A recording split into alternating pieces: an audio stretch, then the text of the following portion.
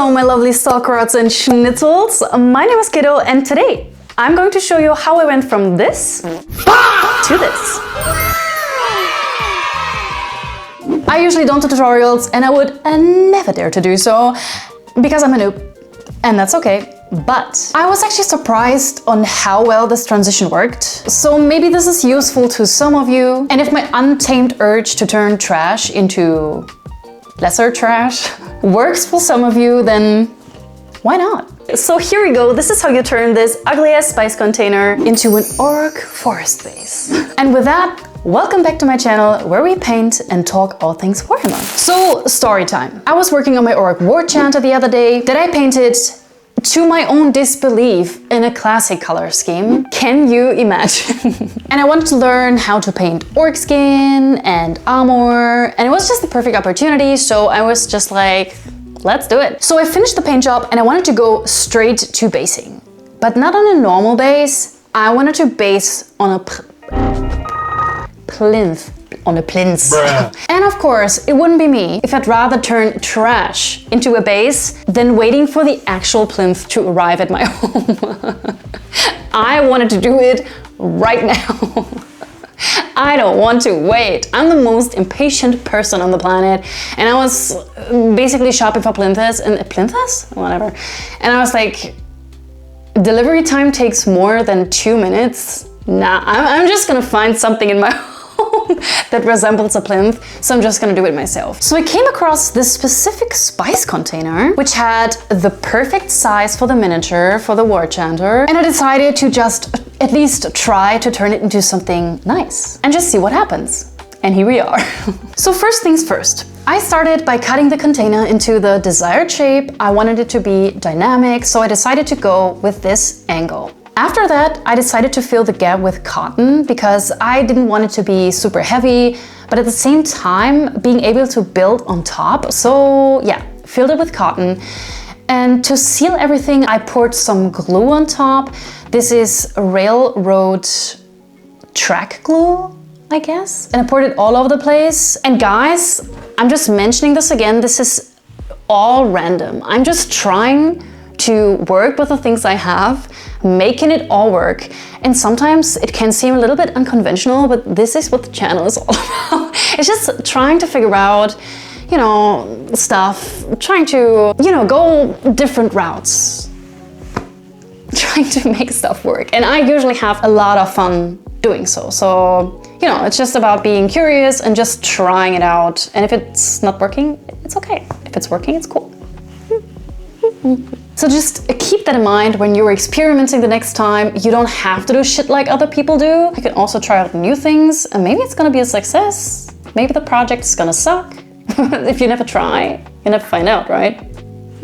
So next step was to seal that shit with a layer of texture paste. I always use this one from AK. I really love it. I can highly recommend it. All of the texture pastes from AK, by the way, not sponsored. They are really, really nice. And I already cut some cork into nice shapes that should resemble stones at the end. Put them in place into this kind of stair-ish situation. And also put some of the texture paste into the gaps and let it dry for several hours until it was really stiff. Now you can prime that damn thing black and add a zenith highlight in white from above when the black has been fully dried, and off we go. We're finally painting, yay! So I will show you all the colors I used, but you don't need these specific colors, just use your lovely eyes. And go for a greenish brown tone for the stones, just be free. And just paint the stones however you see fit. But as a guideline, I used, what did I use? Wait, I used P3. I have to read these names. Like this is a P3 Crix Green mixed 1-to-1 with P3 Umbral Umber. I have to read that shit from a script, man. I don't remember all these names, like damn. And I covered the whole stone structure with these color combinations. After fully dried, I added a brownish shade with a green undertone.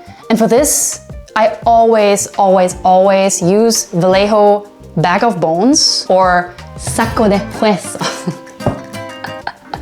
Oh my god, I love Vallejo so much. I also used all these colors for the miniature itself. So I wanted to stick to the colors and paints I used for the miniature, also for the base, to make it as cohesive as possible. Theoretically.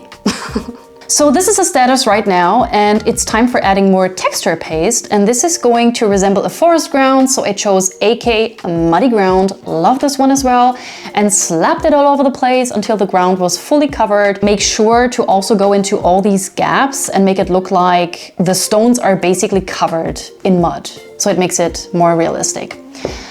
I let it all dry and then added FX pigments by Vallejo. These ones are called European Earth, and this was the first time I tried them, and I love.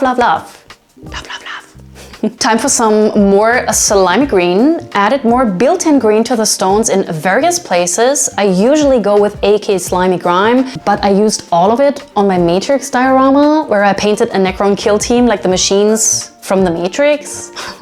You can see it here. You can click. So I went with Citadel this time. Sorry? I went with Warhammer color this time. No! This is so weird. What do you guys think? Citadel color or Warhammer color? What is better? Type in the comments below. Just let it all out. Let it all out. Don't hold back.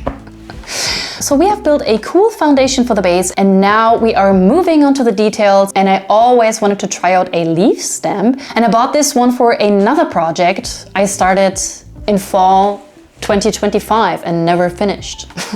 Like so many of my projects where I'm getting really excited about something and I'm like, damn, I'm gonna do this right now.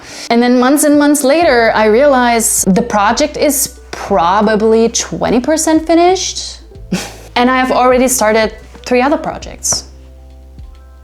You know, it is what it is, guys. But anyway, here's evidence of me gathering leaves for this other project. I never finished because I wanted to use a leaf stamp and put tiny little leaves on the diorama, on the base. Of course, it's gonna be a diorama, and now I can finally use it. So I did. So I'm stamping them leaves and putting them in places, and I try to make it as, you know, random as possible, but also trying to serve the visuals, you know? And if there's one thing that makes a forest base, that is actual forest or flora. So I added, I think, 4 different tufts, all from Siege Scenics. I love. And I also decided to go for some yellow tufts and some purple tufts, because yellow can be found in the armor of the Warchanter and purple is highly complementary to yellow, so it just made sense to me to make it as visually pleasing and cohesive as possible, I guess. And last but not least, I really needed another front piece that makes the base look interesting, but not take away the focus from the mini away too much. I don't know why I did that. So I decided to go with one of my suffering tree stumps that I painted also for another project months ago that I never finished.